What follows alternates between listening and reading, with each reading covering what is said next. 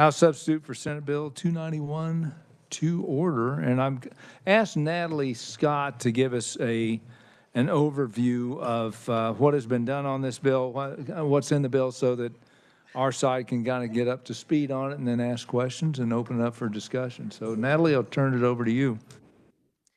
Thank you, Mr. Chairman. And in front of you all, you have an updated memo from our office that is a bill brief for this. You also have the bill and the subnote from the Legislative Research Department. So if you have any questions about those, feel free to ask them.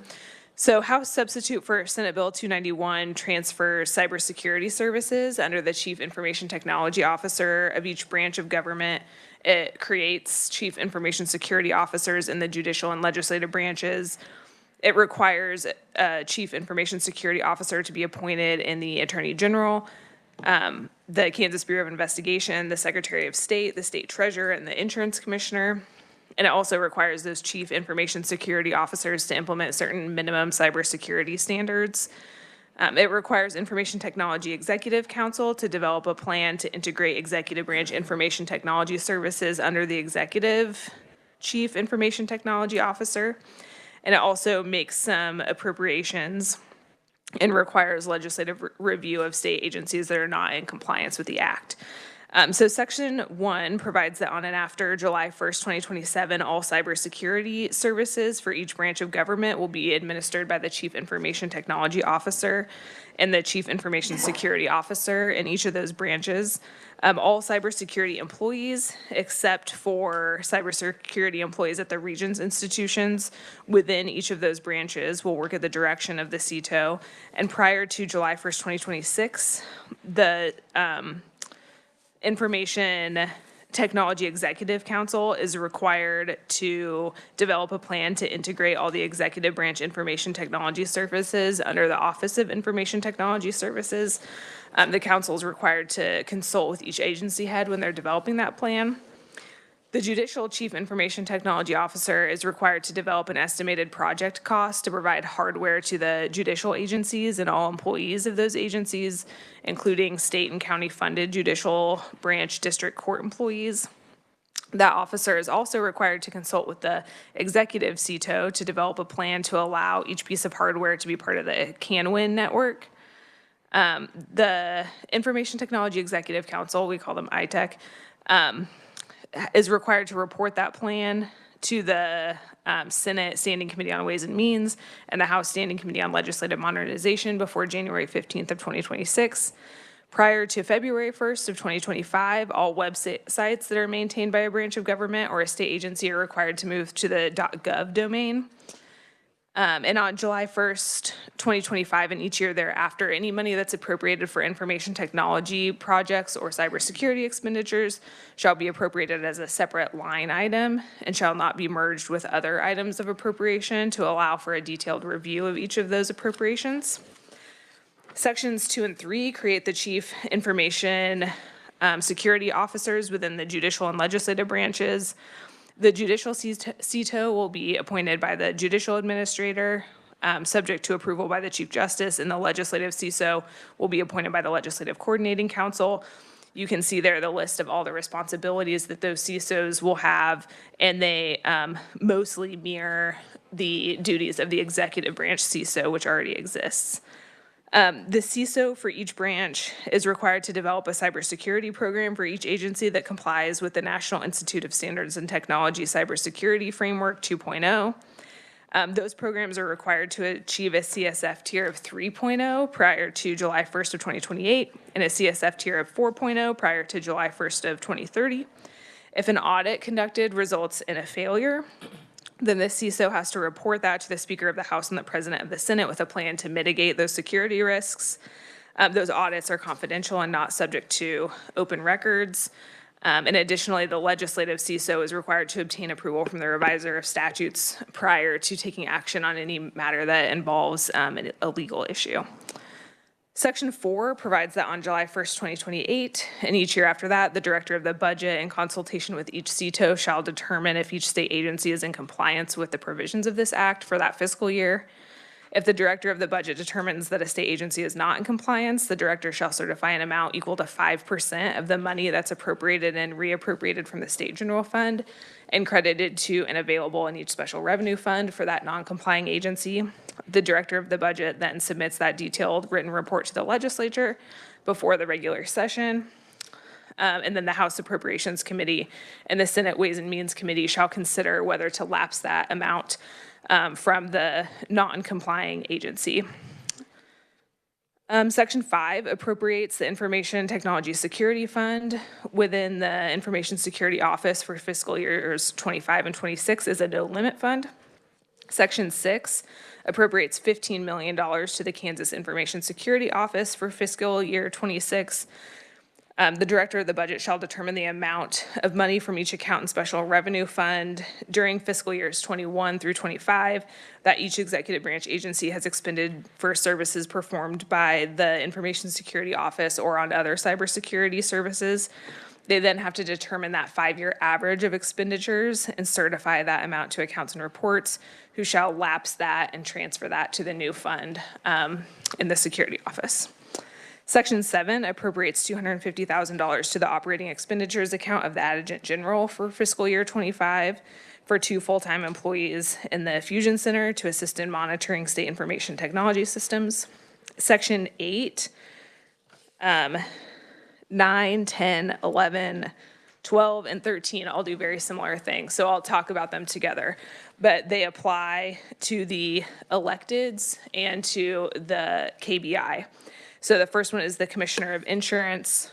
The second one is the Secretary of State.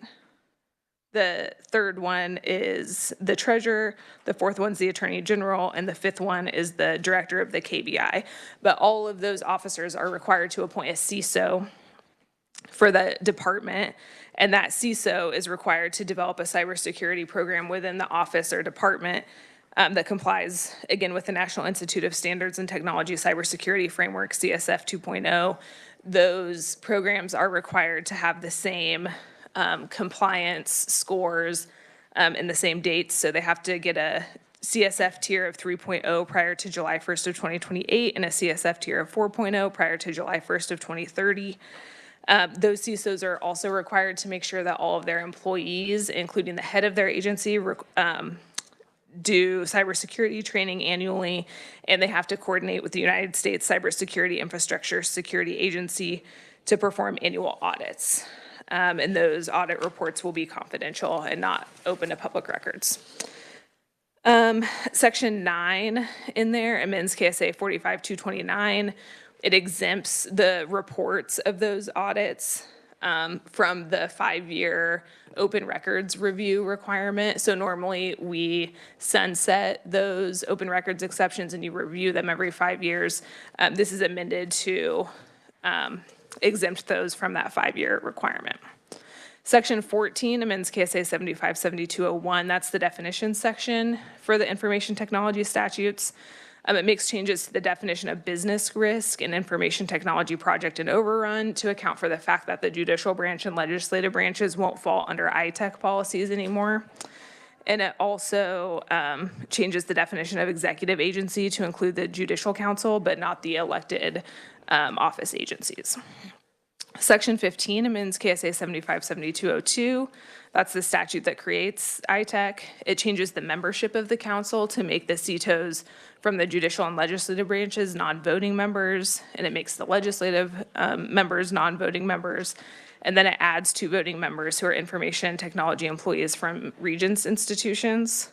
And then it permanently makes the chairperson of ITech the chief information technology officer in the executive branch, and it requires monthly meetings.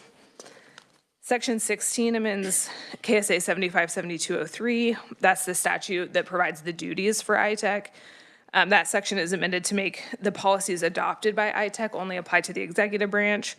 The bill also requires the council to develop a plan to integrate all information technology services for the executive branch into the Office of Information Technology Services, and then they have to report that plan to the legislature. Section 17 amends KSA 75-7205. That's the statute that creates the executive CETO. The duties of the officer are amended to require that they consult with the appropriate legal counsel on topics related to confidentiality, the Open Records and Meetings Act, and other legal matters.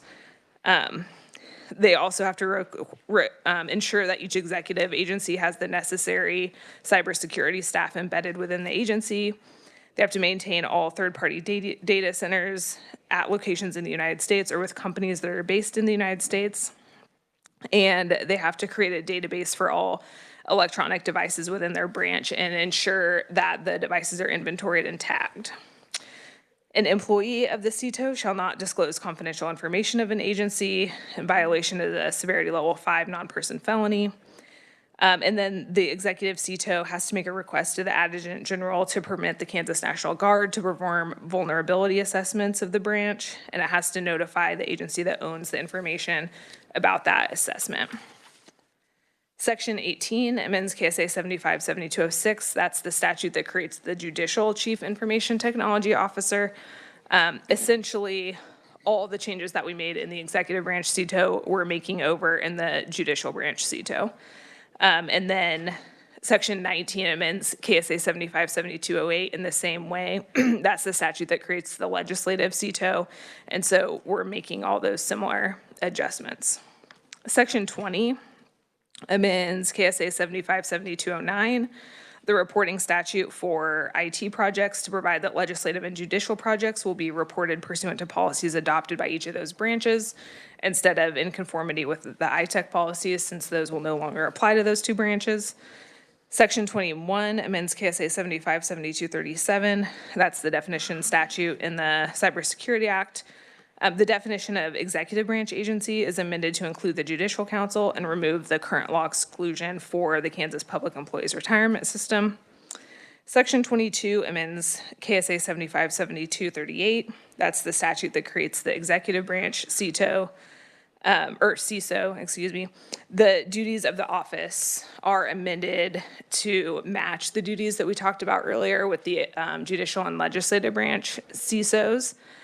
And again, they're required to develop programs to meet that NIST cybersecurity framework tier. Section 23 amends KSA 75-7239. That's the statute that creates the Kansas Information Security Office.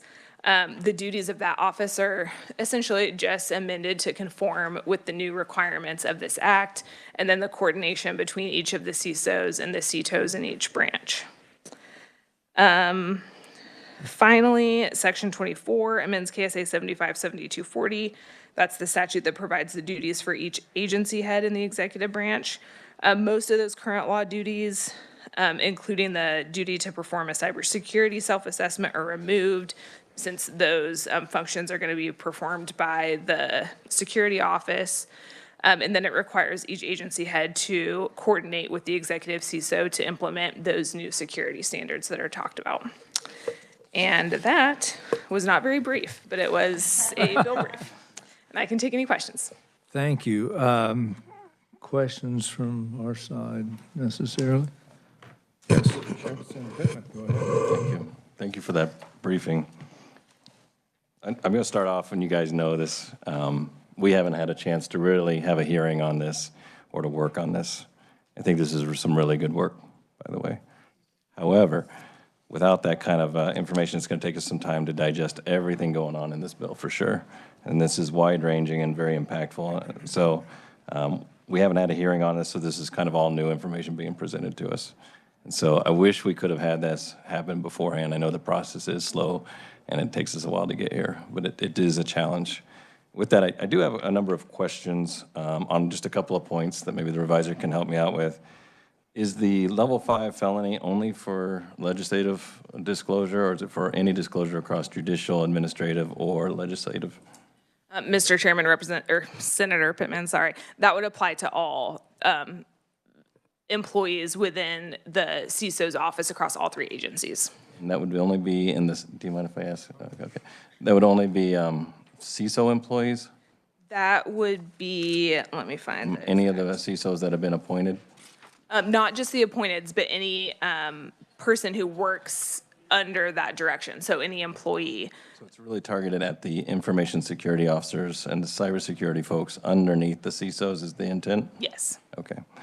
And then the inventory that we're keeping of devices, is that only for the judicial branch?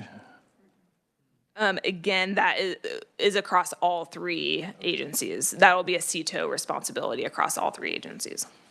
Another question on the ITech board. It looks like we're deviating away from what the ITech has as established practices and policies that they've put in place over the years, and we're going to go with what the Legislative Coordinating Council, made up of 7 individuals. Is that right? So right now, the way that ITech is statutorily set up is that there's some representation from all three branches, and the policies that they adopt apply to all three branches. You may know, I don't know if you read this bill when it was originally introduced, but as originally introduced, this bill would have moved all information technology employees across all three branches under the CITOs of each of those employees. But in the committee, we changed that to only apply to the cybersecurity employees across all three branches. So the cybersecurity employees are going to go to the centrally located CITO offices. ITech is still going to be in place as of right now for the executive branch policies. Now, the duties of ITech are going to change because right now they adopt those policies, but now they're going to develop a plan to integrate all executive branch IT under the executive branch CITO. So the goal is to move all IT into that centralized location. But the judicial branch and legislative branch are going to be removed from ITech. And so the legislative branch will follow policies that are implemented by the Legislative Coordinating Council, and the judicial branch will follow policies that are implemented under their branch by the judicial administrator and the Chief Justice. So the original intent of ITech was to go across all three, but we're breaking it apart and making it more siloed now, is that right? Except for the CISO function. Well, the CISO and the CITO, each branch will have their own CITO and their own CISO. And so ITech, as it exists now, will only apply to the executive branch. And then is ITAB still, do you mind if I keep asking questions or? Oh, sorry. Let Representative Carpenter answer that. Thank you, Mr. Chair. So with the ITech, specifically what we're more or less doing is making them into more of a steering committee within the executive branch so that they can figure out how to do NIST standards with IT professionals because it's thousands of pages long, and how does that really mesh with the Cybersecurity Framework 2.0? And then also, what does that look like for consolidation over the next several years? So in the brief, she mentioned that we're moving it from quarterly meetings to monthly meetings so that they start meeting more frequently in order to start getting after that issue. We also put some members of the regions on there as well. The Board of Regents already had a member on there, but now we added 2 IT professionals to it for the regions so that we can also start getting after that problem set as well. But to what Natalie was also saying is that each branch has their own CITO and CISO with this legislation. So like right now, we don't have necessarily our own chief information security officer. We have somebody that does security work, but we don't have the person that's implementing the policy. Additionally, even though now it's siloed, we're still pointing them towards NIST standards. And so that's really what we're ultimately trying to get all 3 branches towards. Thank you, Mr. Chair. Well, I do serve on ITech, and it's not really a board that develops plans right now. I'll just say that right now. There's an IT advisory board. Let's say you have some generals up at the top. That's ITech. You got the majors and colonels doing the hard work of the advisory board right now. They're the ones that tend to develop the plans. Is there a role inside of this for the advisory board to continue? Mr. Chairman, Senator Pittman. So ITech is the only part of that that's in statute. So ITAB is a creation of ITech. So ITech is tasked with this under the statute. If they wanted to delegate some of that work to their current, standing committees that they have, there's nothing in the statute that would prevent that from happening. But there's nothing in the statute about ITAB, so that's. On the ITech, it looks like we're moving our members to be the legislative body, not to be non-voting now, where they were voting before. Is there a reason why we would do that? Either Thank you, Mr. Representative Carter, or, yeah, Carpenter. I keep saying Carter. Carpenter. You're right, Mr. Chair. Yeah, thank you. Thank you. So just real quick, basically what the issue was as we started working on this legislation was separation of powers. And so as we started really getting into it, what we came to find, and Natalie can correct me if I'm wrong in any of this, but what we came to find was that the judicial branch, executive branch, or legislative branch can't force the other branches to implement said ITech policy. So if two branches vote and one says, well, I'm not wanting to do it, well, law says that you have to, but there's no penalty if you don't. And so what we really were trying to get to the bottom of is, well, is ITech the best route for us to take moving forward? Because they, as a body, cannot force the other branches to do whatever it is that they want them to do. So because of that separation of powers issue, that's how we ended up where we are today. So as I understand this, then each branch will, as long as they're meeting those NIST standards, will develop their own cybersecurity within the framework of what we're putting together here. So they are siloed. So if one does something differently, the other does, the other two do something. And are we talking about total of 2 or 7 or 8 different CISOs and CTOs? Yeah. Representative Carpenter. Thank you, thank you, Mr. Chair. So basically what was established within this was that each of the 3 branches have their own CTOs and CISOs. Right. However, in the executive branch, there were some entities that we separated out and just said, hey, you have to have your own CTO and CISOs, those being the heads of state. So basically, as we had the conversation, it was, well, sometimes those heads of state and the governor might not get along, might not see IT policy the same. And so as long as you meet the same standards as everybody else, then you'll be fine. But we can allow you to remain siloed, even though you're a part of the executive branch, but you're kind of not. So we gave them a little bit of grace as long as they hit those same standards as everybody else. How is this going to impact the FTEs, and what's the fiscal note look like on this? Thank you, Mr. Chair. There is no exact fiscal note, and that's why this whole bill is to set up a 1.5 years of developing this plan and seeing how much it is individually so that we know how much money we're talking about. Right now, we have a $15 million tag to get the security office going, and then the $250,000 for the Adjutant General Fusion Centers, so that we have someone that can do audits and take care of watching what we're doing and helping us get to the end. And honestly, this is the first set of plans. We totally expect that yearly this will have to be changed. Cybersecurity changes every year. And so we believe we will be amending and refining as we go along, as well as finding out how much the fiscal note will be. So this just starts us down the path of setting up the infrastructure for each of the agencies and the sub-agencies, I'll call them, in the executive branch, and sets out some appropriations just for that initial startup, and then see where we go from there. Okay. Did you have some more questions? Go right ahead. Okay. So maybe Natalie, maybe you guys, but so does the ITech, this change we're doing with ITech only apply to cybersecurity at this point, or does it include everything that ITech has around all the different standards they have with whether it's video conferencing, application development? I mean, is this all the way across the board, or is this, like you said at the beginning, only focused on the cybersecurity aspect at the beginning?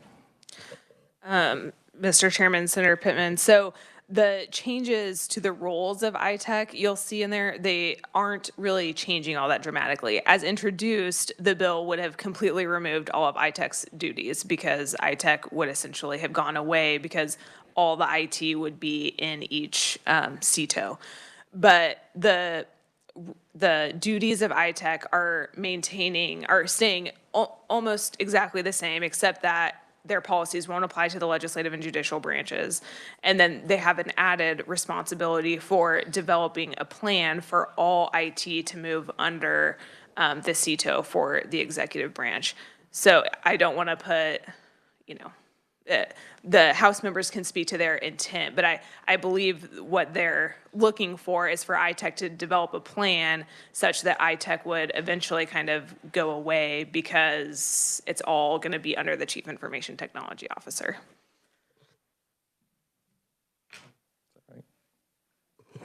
Representative Carpenter?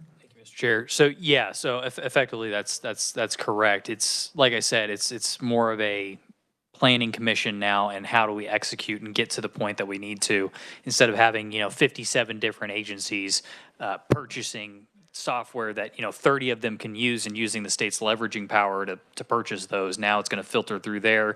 The security officer is going to be required to check, hey, where was the software made? Was it made by a country of concern? Is it something that we should implement in this process? Another thing that I would really quickly point out is that we had 0 opponents to this legislation. So we had neutrals from the executive branch, judicial branch, and Secretary of State. They had some concerns with how some of the stuff was defined or laid out, and so we've addressed a lot of their concerns. There's a few tweaks that we still have to make, so I have 2 amendments right now based on some of their language that we're still going to tweak. But we tried as hard as we could to bring everybody to the table and try not to provide for too many exemptions, because we're trying to create the same standard for everybody. But I think that overall we have a good package, good bill here in front of us, because what we're effectively doing is laying out these timelines in statute. So the first year and a half's planning and how we're going to execute this, and then over those next several years, we're actually going to be implementing and making it all work and figuring out how much it's going to cost. And hopefully there'll be some cost savings. I'm assuming that reaching these deadline goals of CFS Tier 3.0 by July 2028, 4.0 by 2030 are accomplishable based on your conversations with all parties. Okay. Sure. Oh, sorry. Representative Wassinger. Thank you, Mr. Chair.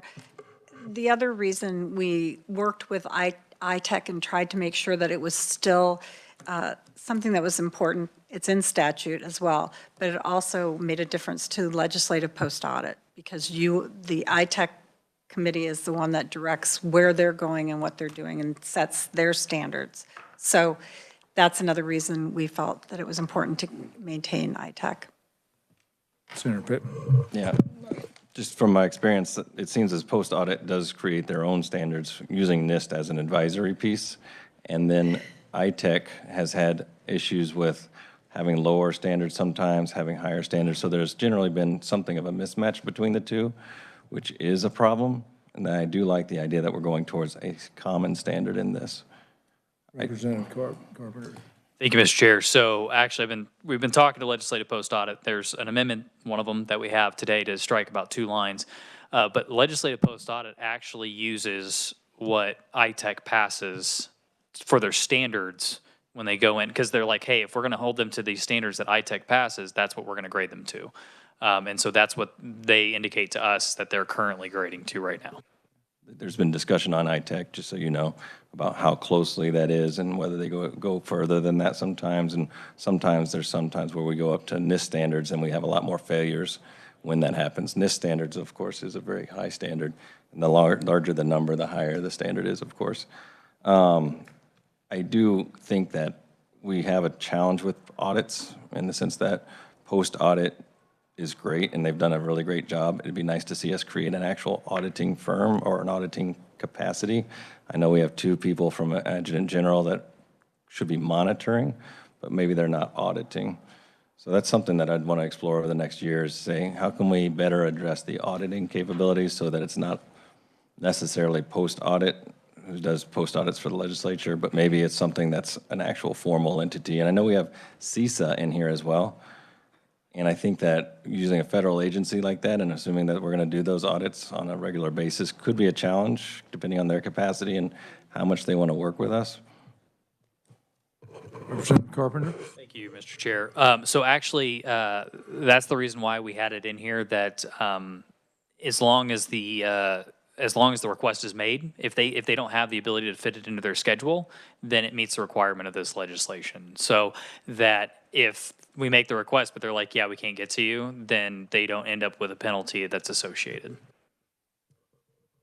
I sit on legislative post audits, so I see all those audits on the IT and various agencies and everything, and it's a wide variety of the compliance levels. And so, and sometimes we'll go year after year after year, and the problems are not addressed. And so we do need some sort of teeth in that.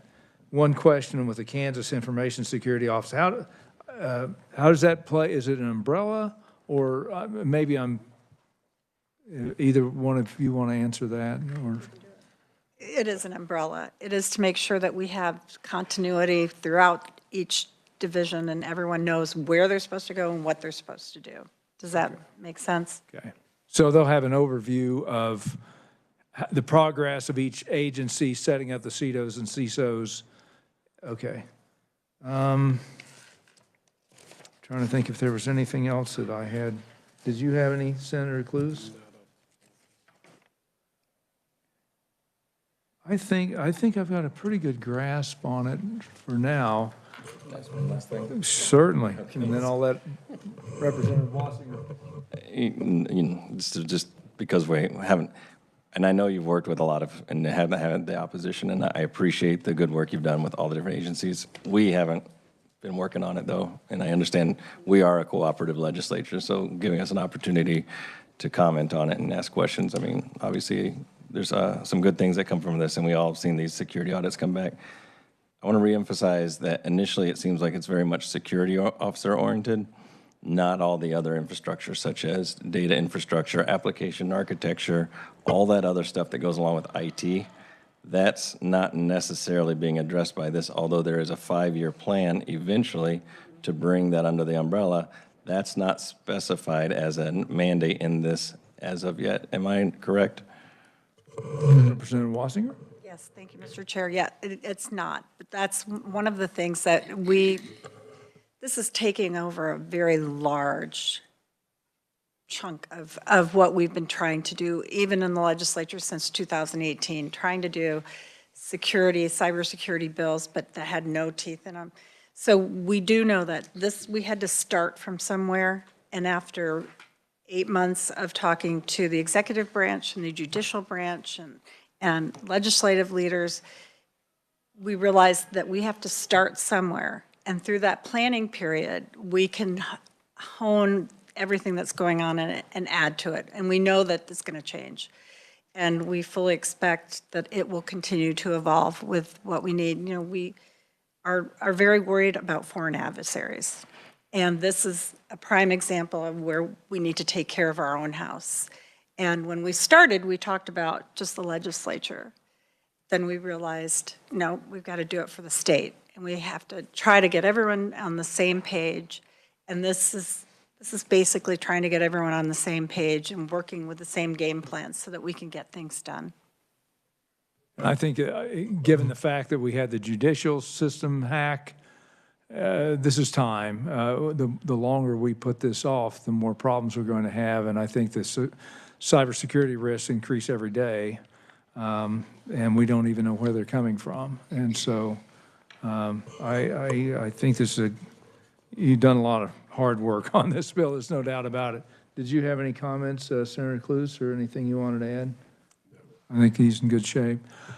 If we could just allow us to digest all of this, Representative Carpenter. Thank you, Mr. Chair. I cannot say your name correctly. You're I'm sorry, all I right. apologize. You're all right. This is just practice for when you do federal and state affairs with Will Carpenter, right? Exactly. So if I may, I would like to go ahead and propose 2 amendments real quick so that you guys have hopefully everything as a package as to what you guys should look at and consider, if that's okay. Absolutely, let's do it.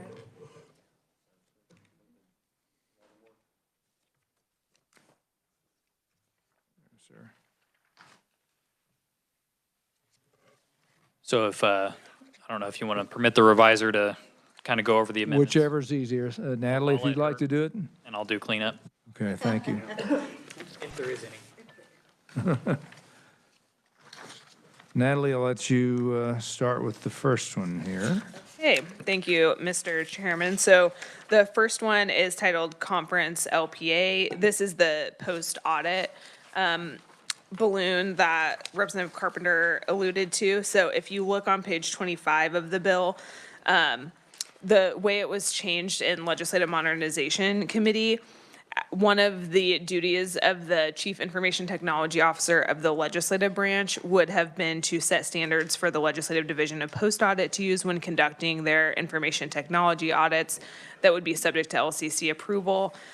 Because ITech was put back in place, you know, the way it currently exists for most IT, everything except for cybersecurity, those ITech policies aren't going away. And so LPA still has those policies to audit against. So it's kind of a technical fix to change that once ITech was put back in. Questions on that one?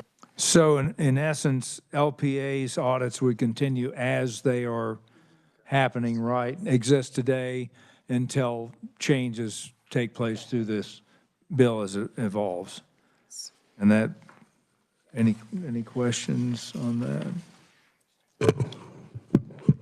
At what point do we reset the standards for them, in your mind? I mean, it'll be out of statute, and they'll just continue as going per statute, but at what point do they change? Thank you, Mr. Chair. So that's what Chair Wassinger alluded to just earlier, is that we are going to have to come back and modify and work on this legislation again in the out years. And so at this point in this legislation, it doesn't envision that departure at this time. But as we move forward, and ITech, you know, completes its goal, do we modify ITech and what we want its responsibilities to look like in the future? And then at that point in time, do we also then modify what LPA does? I guess one would assume it would comply to these goals that you're hitting 2027, I would imagine, by then or before then, I'm guessing. Any questions? I think you good with that, Senator Kloos? I think that's good. Accept that, certainly. And then we'll move on to the next one. Okay, the second balloon is labeled Conference Judicial. And so the first change is on page 1 in line 29. Right now, all cybersecurity employees within each branch of state government would be moved to under the CETO. With this balloon, it would just be the cybersecurity employees within the legislative and executive branches, not the judicial branch. Over on page 2, in line 3, we're striking the word hardware, so that the judicial CETO is required to develop an estimated project cost to provide all that hardware throughout the judicial districts. And so this would strike the word hardware, so it'll just say they have to provide the project cost for information technology to the judicial agencies and all those employees. It's not just hardware, it's just the total, the broadening scope. Yeah.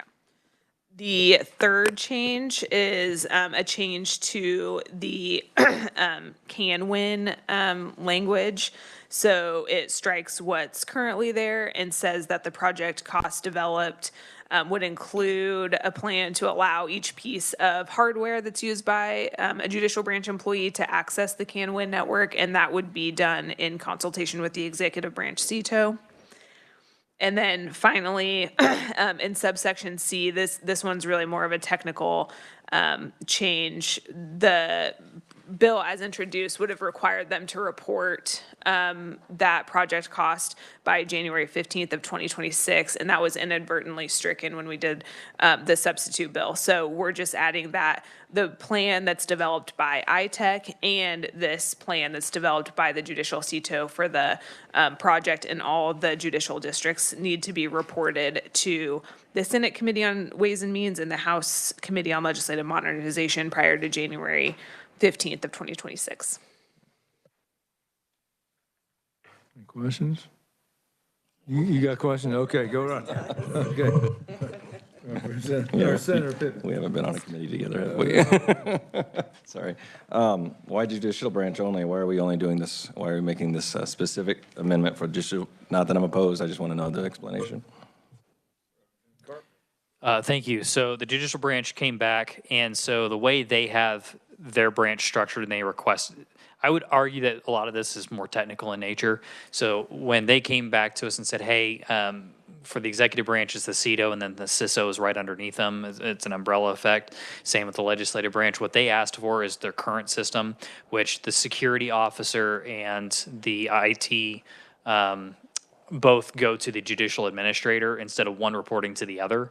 And for the overall branch. So they report to the judicial administrator, who then can weigh, who basically, they're both reporting to that one individual who has all the information at that point in time. And so this basically just sets it up to that effect, making that triangle instead of more of a pyramid, top down. And so that is basically what they requested. And then a lot of this other stuff was just cleanup, more or less technical in nature.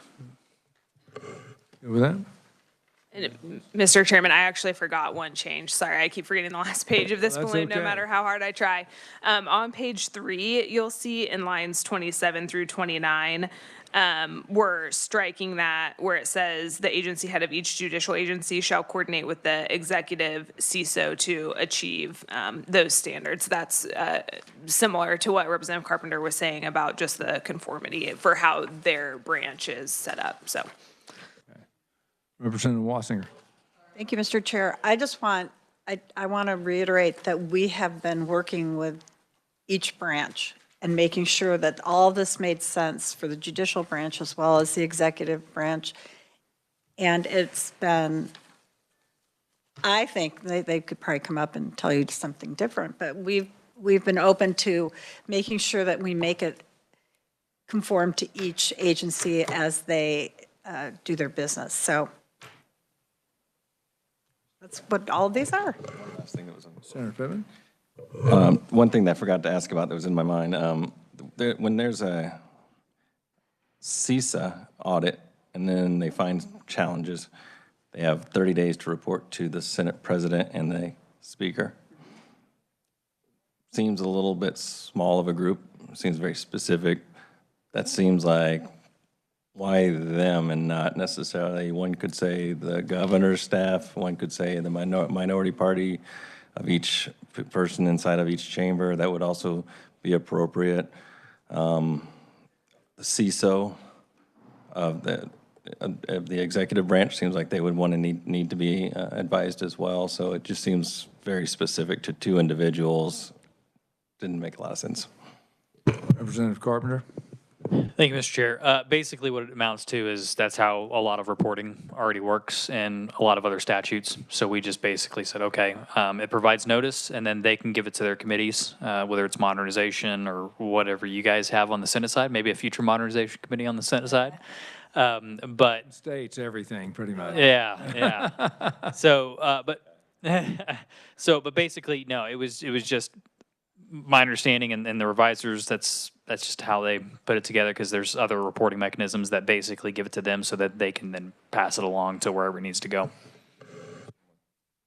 Senator Pittman. Thank you, sir. Can you see why we might want to have other folks notified of these things, though? I mean, it makes sense, right? No matter whether it's, we don't do all things just because we used to do them that way, we think about. So would you be open to maybe talking about expanding that? Thank you, Mr. Chair. I think with how big of a bill this is, we can give the Senate a little amendment to make that modification so that you guys changed it somewhat. Yes, so that now the Senate input has been incorporated, yes. I'm not opposed to that. Okay. Well, it's a lot to get our arms around. I appreciate all your work. Let us, yes, Representative Real Carter. quick, do you guys accept that amendment? Yeah, oh, yes. Yes, we do. I believe so. Senator Kloos? Yeah, they're going to be fine. Yeah. I think both look good. So let us, I've got 2 conference committees already scheduled tomorrow. Let me see if we can circle around by, I don't know what your schedule looks like. Maybe late, again, maybe at 4 o'clock, depending on, and I'll check with Senator Kloos to see, and we'll try to get further work on this schedule tomorrow, and see if we can't. I'll circle back with you guys first thing in the morning as I see how everything's shaking out for us. See if we can't move this forward.